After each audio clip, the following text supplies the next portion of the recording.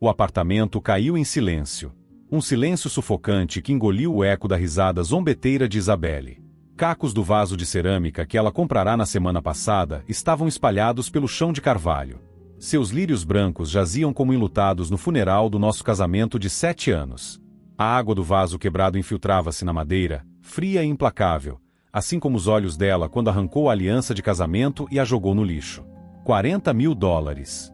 Nossas economias para uma casa, evaporadas.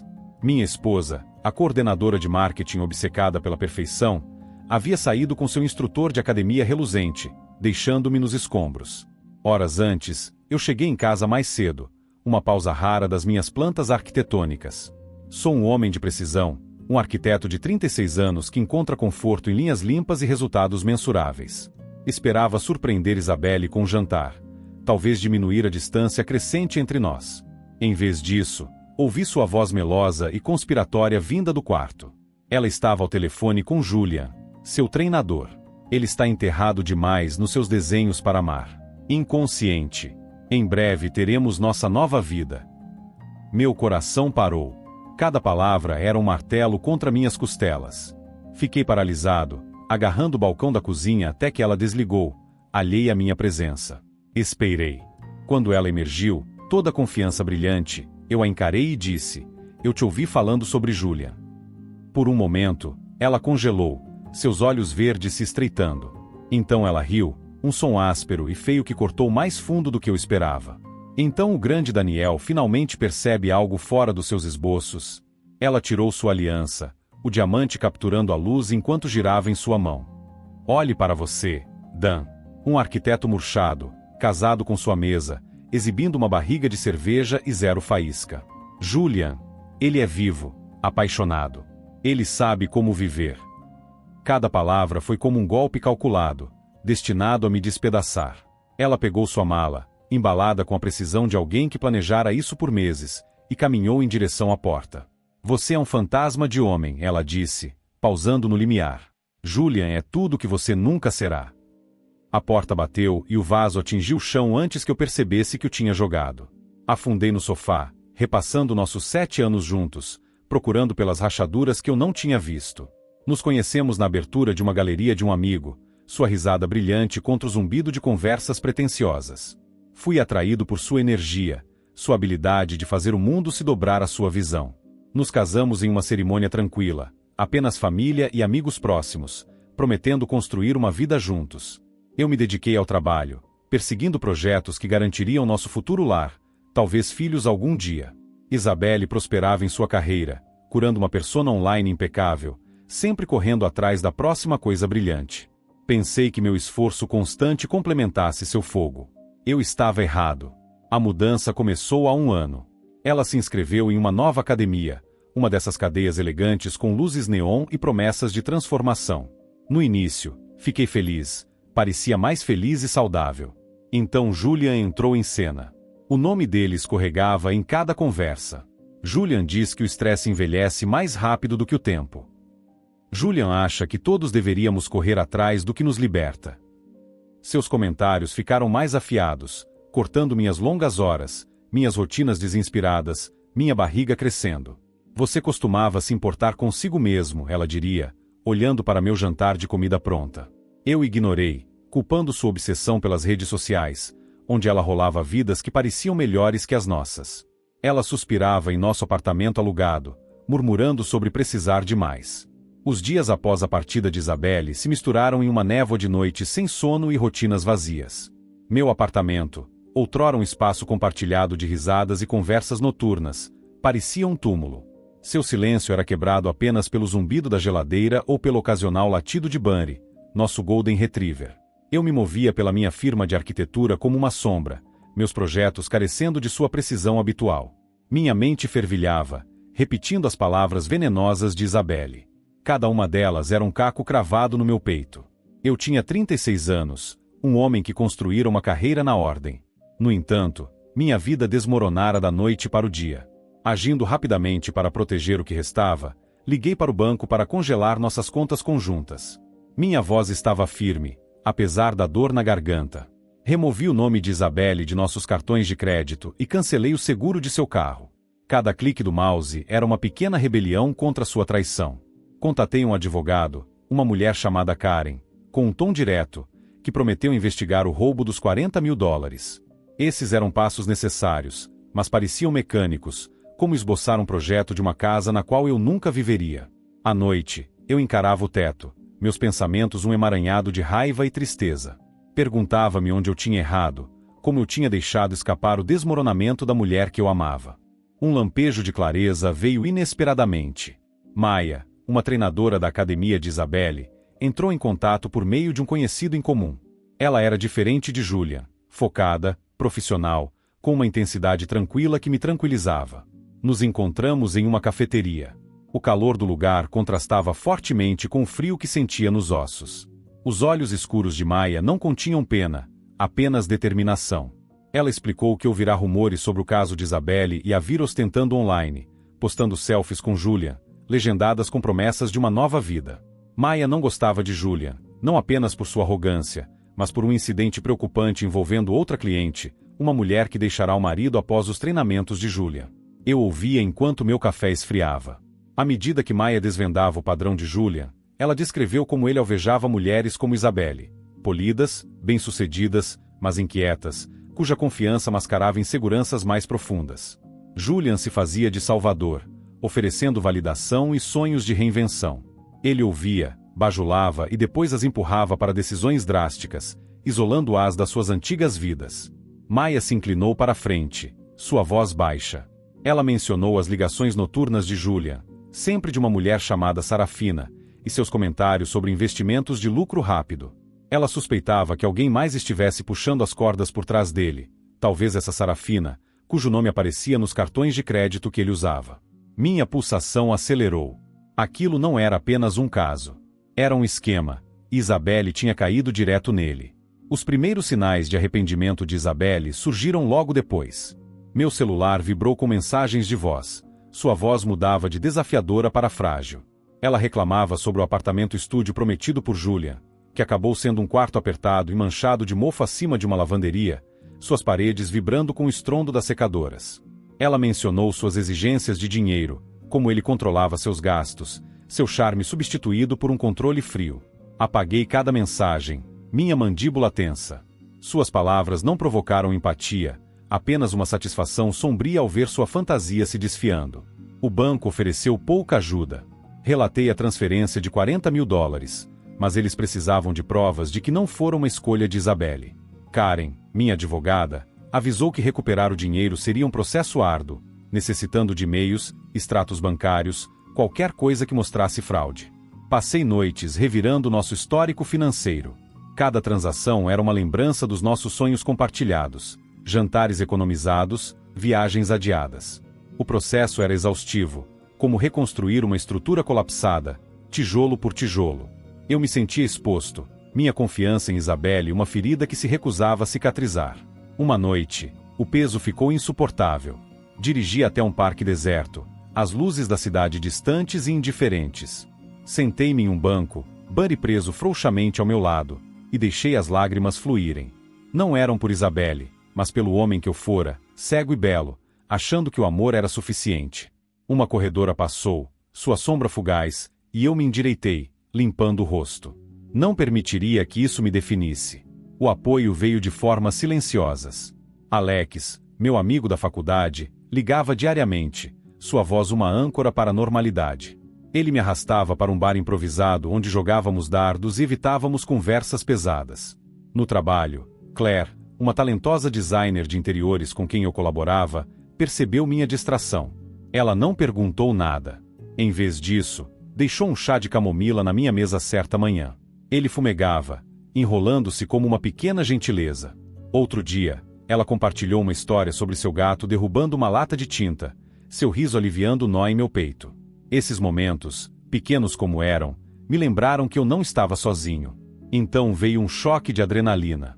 Tarde da noite, meu celular iluminou-se com uma mensagem de um número desconhecido. Era Julian, suas palavras afiadas e provocativas. Ele afirmava que eu nunca o alcançaria, que Isabelle agora era dele. Minhas mãos tremiam, mas não de medo, era uma onda de desafio. Encaminhei a mensagem para Karen, que me incentivou a instalar uma câmera de segurança. Ao montá-la do lado de fora da minha porta, a lente reluzindo no escuro, senti uma mudança. Eu já não estava apenas sobrevivendo.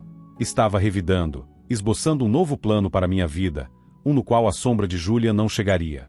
A luta para recuperar minha vida ganhou ímpeto, impulsionada por uma resolução silenciosa que substituiu o caos das primeiras semanas. Meu apartamento, ainda marcado pela partida de Isabelle, tornou-se uma sala de guerra. Espalhei extratos bancários e e-mails pela mesa de jantar. Trabalhei até tarde da noite com Karen, minha advogada, construindo um caso contra o roubo de Julian.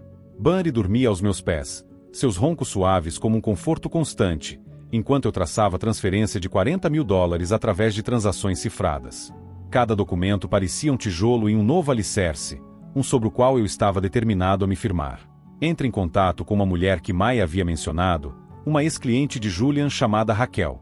Ela concordou em se encontrar em um restaurante discreto, suas mãos tremendo enquanto contava uma história assustadoramente semelhante à minha. Julian a encantara durante um momento difícil em seu casamento, prometendo um futuro vibrante. Ela deixará o marido, esgotara suas economias, só para ser descartada quando o dinheiro acabou. A voz de Raquel falhou enquanto ela admitiu que Julian brincara com seus sonhos, transformando-os em poeira. Ela me entregou capturas de tela das mensagens de Julian, promessas manipuladoras recheadas de bajulação. Agradeci, meu peito apertado de gratidão e raiva. Suas evidências, combinadas com as observações de Maya, pintaram um quadro claro das táticas de Julian. Karen examinou tudo, descobrindo uma ligação com uma mulher chamada Sarafina, cujo nome aparecia em várias contas de Julian. O quebra-cabeça estava tomando forma. O banco respondeu aos nossos novos documentos com cauteloso otimismo. O meticuloso dossiê de Karen, reforçado pelo testemunho de Raquel e pelos registros de transações, convenceu-os a congelar as contas de Julian enquanto a investigação prosseguia. Uma pequena vitória, mas que me pareceu monumental. Eu estava na cozinha, olhando para o e-mail de confirmação, e permiti-me um breve sorriso. O dinheiro ainda não tinha voltado, mas o controle de Julian sobre ele estava escorregando. Pela primeira vez, senti as balanças se inclinando a meu favor. Marquei uma reunião com o gerente Evans na academia, um homem severo com reputação de justiça. Apresentei as provas, as capturas de tela de Raquel, as observações de Maya e os extratos bancários mostrando transferências suspeitas de Julian. Evans ouviu, sua expressão ficando mais sombria a cada página. Ele revelou que outros clientes haviam reclamado do comportamento excessivamente familiar de Julian, mas até então nada concreto suficiente para agir. Ele prometeu ação imediata. Dias depois, soube que Julian havia sido demitido. Seu nome foi marcado em conselhos da indústria por conduta antiética. A resposta rápida da academia parecia uma rachadura na fachada cuidadosamente construída de Julian. Mas Julian não aceitou isso em silêncio. Meu celular vibrou com uma série de mensagens noturnas, suas palavras venenosas, acusando-me de sabotar sua vida. Uma mensagem insinuava que ele conhecia minhas rotinas, meu trajeto diário. Meu pulso acelerou, mas salvei cada texto para Karen, que registrou um boletim de ocorrência com a polícia. A tensão atingiu o ápice certa noite quando saí do escritório. Avistei Julian encostado em um poste do outro lado da rua, seu contorno inconfundível sob o brilho alaranjado das luzes de sódio. Ele não se aproximou, apenas me encarou, um sorriso sarcástico nos lábios. Meu coração martelava, mas mantive seu olhar, recusando-me a vacilar. Dirigi para casa, mãos firmes no volante, e chequei o feed da minha nova câmera de segurança assim que cheguei.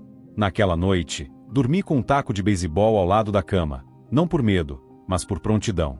A intimidação de Julian só aguçou meu foco. O colapso de Isabelle espelhava o dele. Suas ligações inundaram meu correio de voz, uma mistura caótica de desespero e raiva.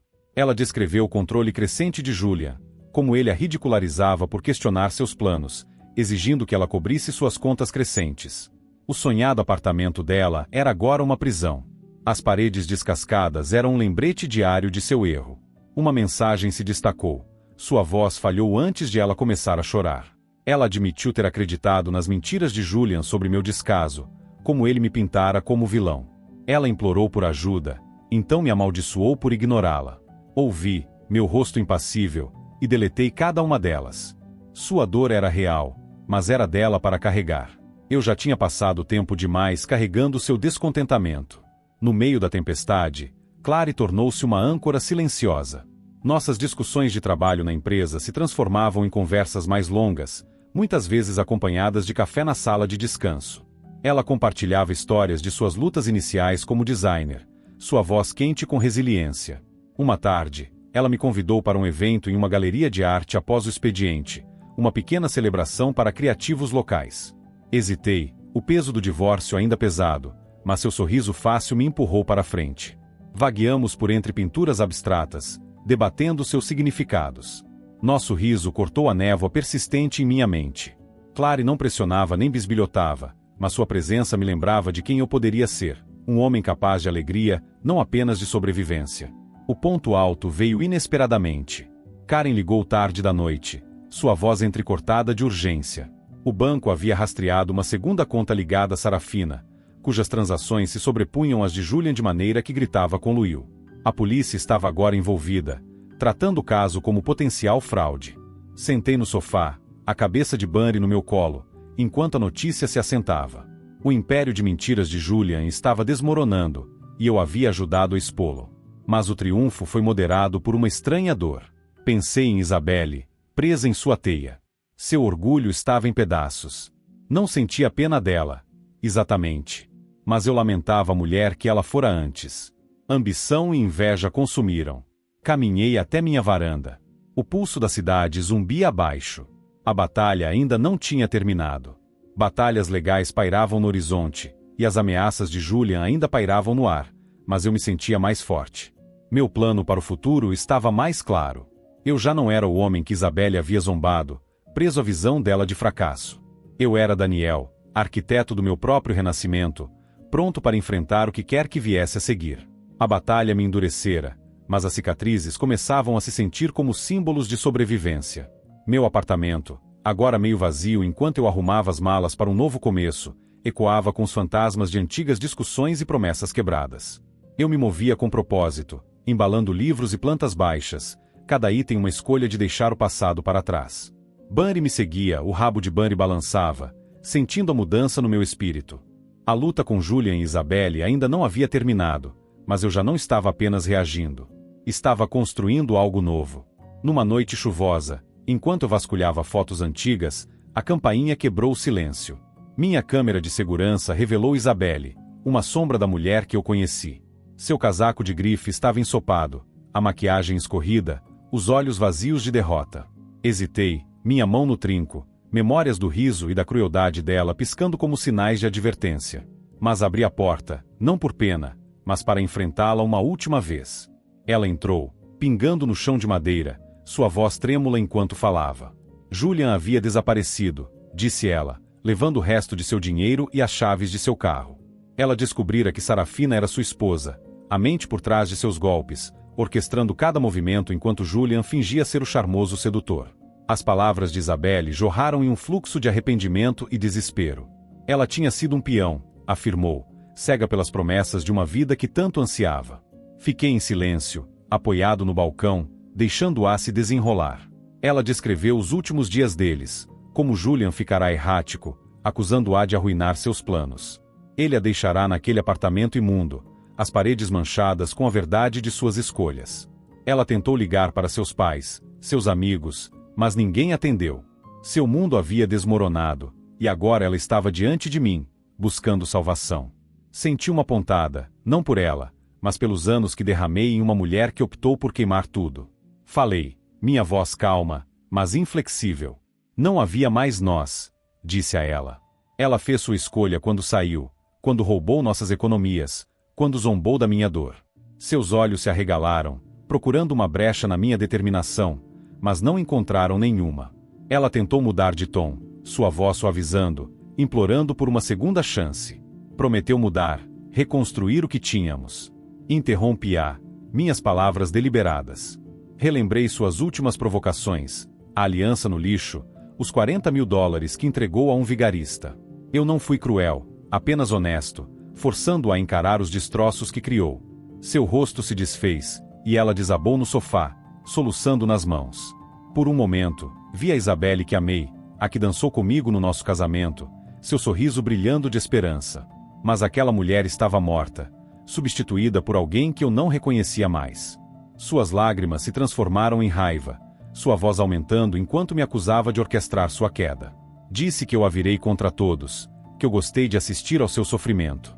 Não discuti. Caminhei até a porta e a mantive aberta, a chuva tamborilando lá fora. Desejei-lhe paz, eu disse, mas isso era um adeus. Ela ficou ali, os ombros caídos, gritando que eu me arrependeria, que eu era frio, sem coração. Não vacilei. Quando ela saiu para a tempestade, fechei a porta. O clique foi final, como selar um cofre. Encostei-me nele, minha respiração estável, sentindo não triunfo, mas liberação. O peso de sua traição se dissipou, deixando espaço para algo mais leve. As engrenagens legais continuaram girando. Karen finalizou os papéis do divórcio. O tribunal reconheceu a má conduta financeira de Isabelle. Os $40 mil permaneceram inacessíveis, presos nas contas congeladas de Julian. Mas eu ganhei o apartamento e minha liberdade. Coloquei o lugar à venda. Suas memórias eram pesadas demais para carregar. Em poucos dias, ofertas começaram a chegar. O mercado favoreceu minha decisão. Encontrei um novo lar, um estúdio com terraço no telhado com vista para o horizonte da cidade. Era menor, mais simples, mas meu. Mudei-me com Bunny, que saltitou para o deck, perseguindo sombras como se também reivindicasse o lugar. Desempacotar parecia esboçar um novo design. Cada escolha deliberada, cada canto uma promessa de possibilidade. Um clímax menor e inesperado ocorreu durante a mudança. Enquanto eu carregava caixas para o caminhão, um carro freou bruscamente próximo. Era Nicole, a ex-melhor amiga de Isabelle, seu rosto tenso de urgência. Ela cortou laços com Isabelle após saber a verdade, mas ouvirá rumores de que Julian estava voltando à cidade, possivelmente mirando outra cliente da academia. Ela me entregou um pendrive, suas mãos tremendo. Continha recados de voz que Julian deixará para ela, provocando-a por avisar os outros sobre ele. Agradeci, minha mente a mil passei o pendrive para Karen, que o encaminhou para a polícia. Já não era mais minha luta, mas foi bom saber que o laço em torno de Julian estava se apertando, seu próprio egoísmo sendo sua ruína. Naquela noite, fiquei no meu novo terraço, as luzes da cidade pulsando abaixo. O divórcio estava concluído, o apartamento vendido, Isabelle, ida. Eu não estava curado, não completamente, mas estava livre. Bunny empurrou minha mão com um focinho, seu calor me ancorando. Pensei em Clary, em Alex, na vida que me aguardava além deste capítulo. A tempestade havia rugido, mas eu encontrei meu caminho através dela. Agora era a hora de reconstruir. Os meses passaram, e as bordas cruas das minhas feridas amoleceram em algo suportável, até esperançoso. Meu novo apartamento-estúdio, com seus tetos inclinados e janelas amplas, tornou-se um santuário. Pendurei esboços de projetos inacabados nas paredes, suas linhas uma promessa de criação. Ele encontrou um lugar ensolarado perto do deck, seu pelo dourado brilhando enquanto ele dormia. Eu encontrei meu ritmo novamente, meus dias cheios de propósito. Na firma de arquitetura, meus projetos ganharam nova energia, recebendo acenos de aprovação de colegas que me viram no meu ponto mais baixo. Eu corria ao longo do rio na maioria das manhãs, não para perseguir algum físico ideal, mas para sentir minha própria força. Minha respiração constante contra o amanhecer. A vida se acomodou em um ritmo suave. Alex me acompanhava em trilhas nos fins de semana. Nossas conversas iam desde esportes até sonhos que guardamos na gaveta dos nossos 20 anos. Voltei a ler romances, perdendo-me em histórias que me lembravam da vastidão da vida. Clary tornou-se uma presença constante, nossa conexão se aprofundando através de momentos compartilhados. Explorávamos a cidade juntos, passeando por mercados de agricultores ou esboçando ideias sobre copos de vinho em bistros escondidos. Ela falava sobre seu amor por restaurar espaços antigos, seus olhos brilhando de possibilidades, e eu compartilhava minha visão para designs sustentáveis. Nosso relacionamento cresceu calmamente, enraizado no respeito mútuo, um contraste marcante com o caos que eu conheci. Notícias de Julian chegaram até mim como um eco distante. Karen ligou certa tarde, sua voz cortante de satisfação. Agentes federais haviam prendido Julian em um estado vizinho, capturado no meio de outro golpe, com uma nova vítima, uma divorciada rica que ficará desconfiada. Seu charme falhou, seu padrão exposto pelas evidências que coletamos, as capturas de tela de Raquel, os recados de voz de Nicole, meus extratos bancários. Sarafina, sua esposa e co-conspiradora, permanecia elusiva, com rumores de que havia fugido para o exterior com parte dos ganhos ilícitos. As acusações contra Julian se acumularam, fraude e conspiração entre elas, cada conta um prego no caixão de seus esquemas. Não sentia alegria, apenas um alívio silencioso de que a justiça o havia alcançado.